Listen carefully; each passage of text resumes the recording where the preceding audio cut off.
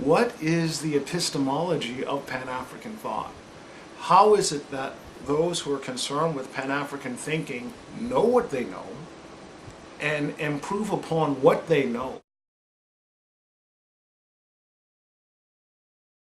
I hear a lot of unsubstantiated, unbacked, emotional, and ignorant assertions about what it means to be an African and what it means to be a man. Africans have some of the oldest cultures in this world. I will say the oldest.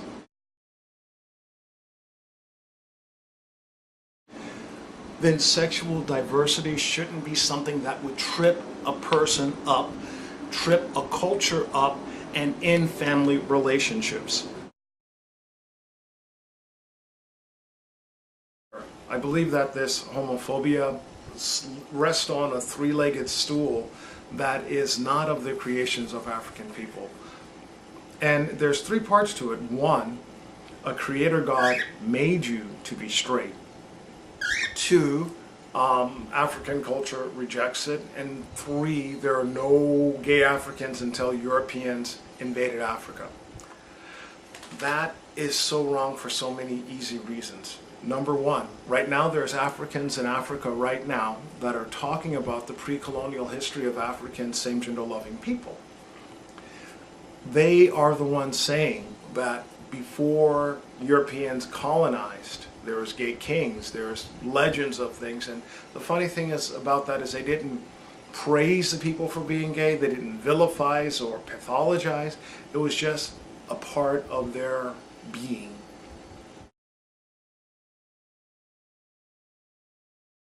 This debate about sexual diversity is a bullshit issue that is just meant to divide us and keep us from working together, and the evidence for this is not even in our culture, but the evidence for this is in books like The Spirit and Flesh of the American Indian. Why am I pointing that out? So many fake Pan-African thinkers who really hate black folks, period, will say that sexual diversity didn't happen until Europeans came to Africa. Well then, how is it that they explain the information in The Spirit of Flesh of the American Indian? If you read that book, you'll see that Indian tribes, long-lived cultures, had a way of dealing with same-gender loving people within their tribes. Sometimes the tribe made a decision saying, well, we are not going to support you, go to that other tribe. Sometimes they said, we affirm you. You're going to be a medicine man. You're going to be a therapist. You're going to be some role that we expect you to be, and we're going to support you in that because you're part of our family. This is an old culture. What happened if you examine this book? Europeans came and said, this is one of the divisions that we are going to exploit in people to make them take up arms against each other.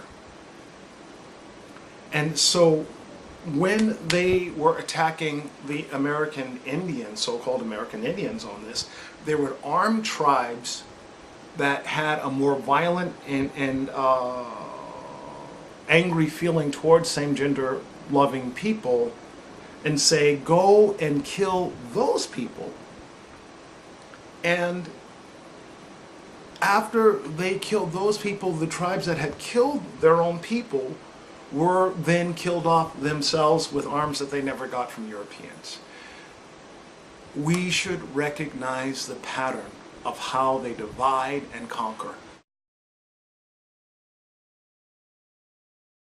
We don't want to live in a world where somebody can say, because you are black, because you have the ancestry we are, you have. When you come into our store, I have good reason to follow you around. I'm going to assume that you stole something. I'm going to assume that there's some crime that you've done. It's just a matter of time before I've caught you in it. We don't like that. We wouldn't want to live like that. So then why do we affirm this with other groups within our own ranks? It makes no sense, because we are tracking in an oppressive mindset into what we want to create. And the reason that I think this is an important pause and say, look at this, what is our epistemology, is because while it might feel good for some folks to say, hey, I'm beating up on gay folks, I'm letting them have it, I'm letting them know I hate them, my anxiety is that the most intellectually adept, scientific-minded, and fair-minded African people are also being alienated. Why are we using this as a method of saying we cannot work together cooperatively? Every time I hear that, I believe that that person is just finding a way to hate Africans more, and worst of all, hating Africans in such a way that Africans themselves invest in that self-hate and they participate with it. So I don't want any parts of this. I would rather believe the good in a person that I can see versus the evil in a person that I have to make up in my mind. We have this elimination pretty automatically. We think of this and we quickly eliminate things from our reality when they're not true. And I think Malcolm Gladwell wrote about this in his book called Blink. But think about it. Just think about how quickly you'd make a decision subconsciously. If you went to a hospital or you had a choice of hospitals, you got cancer or something like that. One doctor says, I've got the best research available for you. I've got the best peer-reviewed studies for you. I've got a team of doctors that are all going to work on your case, versus what seems to be an emotionalized so-called African thought, where the doctor can treat you not because he's trained, but because he prayed real hard. And he's got the spirit of the living God in him. So the spirit of the living God is going to guide the scalpel. Do you want the doctor with the spirit of the living God deciding the scalpel and the surgery, or do you want a peer-reviewed doctor? So we make these decisions pretty quickly and automatically all the time. This is important when you consider the younger generation, because as soon as you start saying one group is, I know this group, and you present this overly emotionalized, under-intellectualized, not researched, loud-ass, ignorant-sounding argument that is only demonstrates your lack of thought, then a lot of folks that should be involved with Pan-African thought just say, you know what, nah, it's not real. Science is something that can be shared and reaffirmed or proven by people who may not agree with the overall plan or the overall conclusion. But once you have an experiment devised, you can experiment and get the same results over and over again when you're finding things. And if you use observational science, you will see that human beings have sexual diversity, and not every same-gender loving person is what you claim them to be. They're individuals. I believe the louder you talk about an artificial division between same-gender loving Africans and Africans that are heterosexual, all of them are African. The louder you talk about this artificial division, the less real you are.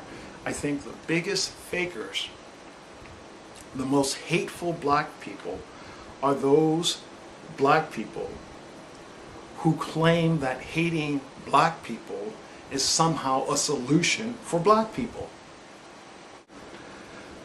My mother did not approve or affirm me being a same-gender loving person. In fact, the last thing that she ever said to me in life about it before she passed on was that too bad it didn't work, that she couldn't cure me. Too bad that I was still gay. It didn't work for me, but it would work for other people. I'm not mad at her. In fact, I'm very much missing her and loving her. My mother did everything she could to make me a heterosexual person. She never affirmed my sexuality. She affirmed that I could not be cured of it, but she never hated me. And I'm grateful for that, and that's why I'm saying that. She never threw me out. I never had to eat out of a trash can or go into survival sex. I was never accused of being a criminal in the household, and I'm so grateful that even though she vigorously disagreed with what she saw, she still saw her child. I am angry with the liars, these people who hate black people, period, and say unsincerely that the best thing you can do for your same-gender loving child is to throw him out of the house, call him a child molester, say that he's guilty of all these crazy things that he's not guilty of, and assume that there is no innocence or African culture or concern for family. If we keep thinking like this, we'll always be a conquered people. If we keep thinking, if we keep letting emotional arguments rule the day, we will always be a conquered people under other people. We must agree on a way of approaching epistemology, science, math, and technology, understanding and tolerance towards each other. It is so clear that this country does not seek